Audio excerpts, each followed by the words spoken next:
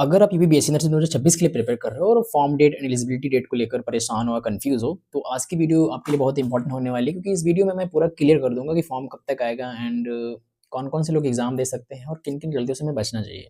तो बिना time waste के वीडियो को स्टार्ट करते हैं ना। आज ना आपको पता है कि जो यूपीपीएससी नर्सिंग का जो एग्जाम होता है वो सीनेट उसको बोलते हैं हम लोग।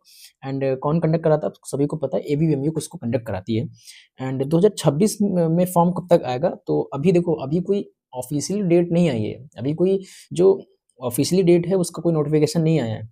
तो जितने भी लोग आपको बता रहे हैं कि आ गई, मतलब बहुत सारे चैनल्स हैं ना, उसपे ये लिख के दे रहे हैं कि अब ये डेट आ गई है ना, तो वो अभी कोई ऑफिशियल डेट नहीं है। जैसे ही अब आएगा, वो हम लोग कॉलेज में हैं तो हम लोगों को जल्दी पता चल जाता है कि कौन कौन सी डेट कब आ जाती है ना। नाउ अगर हम एक्सपेक्टेड टाइमलाइन देखें तो नोटिफिकेशन हमारे हिसाब से मार्च में आ जाना चाहिए। एंड क्योंकि लास्ट ईयर भी मार्च में ही आया था। एंड फॉर्म फिल अगर हम देखें तो 25 मार्च से स्टार्ट होते हैं फॉर्म फिल होना।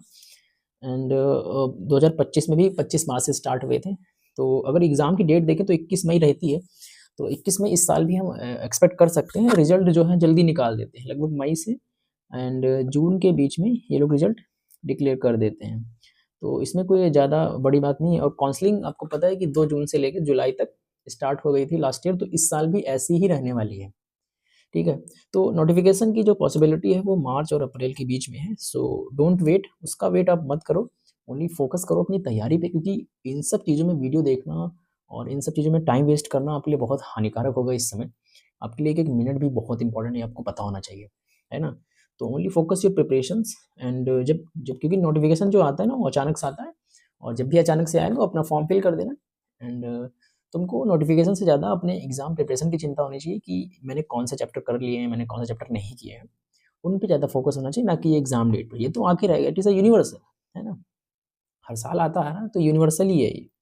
अदर स्टेट की एलिजिबिलिटी देखें तो यूपी के बाहर के जो लोग हैं वो भी दे सकते हैं। हाँ, बिल्कुल दे सकते हैं, लेकिन उनके पास कोई बेसिक एलिजिबिलिटी होनी चाहिए, लाइक 12th पीसीबी होना चाहिए, तो सभी को पता है। एंड बोर्ड में देखें तो हम कोई भी रिकॉग्नाइज्ड बोर्ड, यानी कि किसी भी मान्यता प्राप्त वाले जो बोर्ड होते हैं, वहाँ से बोर्ड उनका होना चाहिए। मिनिमम मार्क्स अगर जनरल की देखें तो 45% होते हैं, हमको पता है। एससी एंड एसटी ओबीसी के लिए 40% मिनिमम होने चाहिए। एंड एज आपको पता है कि 17 ईयर्स तक होनी चाहिए उसकी एज, तब वो एग्ज़ाम दे सकता है। एंड यूपी का जो डोमिसाइल है वो कंपल्सरी नहीं है। अगर कुछ कॉलेजेस में है जो यूपी का डोमिसाइल भी कंपल्सरी है, like government college and private college की। जो गवर्नमेंट कॉलेज की जो रियलिटी है वो सभी को पता है कि सीट उसमें लिमिटेड है और कंपटीशन बहुत टफ है। तो प्रायोरिटी यूजुअली देखें तो यूपी डोमिसाइल स्टूडेंट है तो वहाँ पे वो एडमिशन ले सकता है। और इसमें रैंक के लिए आपको अच्छी प्रिपरेशन की होती है। वैसे चांसेस ज़्यादा नहीं होते, क्योंकि इसमें सीट लिमिटेड है। एंड रैंक भी तभी आपको मिलेगी जब आपने बहुत अच्छे से प्रिपरेशन की होगी, है ना? वरना आपको ऐसे कोई कॉलेज मिलने वाला नहीं है। नहीं, प्राइवेट कॉलेज की देखें तो सीट बहुत ज़्यादा है और अदर स्टेट के जो स्टूडेंट हैं वो ईज़िली एडमिशन्स ले सकते हैं इसमें। एंड फ़ीस की बात करें तो बहुत ज़्यादा फ़ीस होती है, आपको सभी को पता है। तो कट ऑफ की अगर रियलिटी देखें तो गवर्नमेंट कॉलेज की कट ऑफ आपको पता है कि 110 से प्लस से ज़्यादा ही जाती है। इतनी मैक्सिमम रहती है जो टॉप कॉलेज हैं। जो प्राइवेट कॉलेज हैं 70 से 80 प्लस के नंबर तक पहुँच जाती है।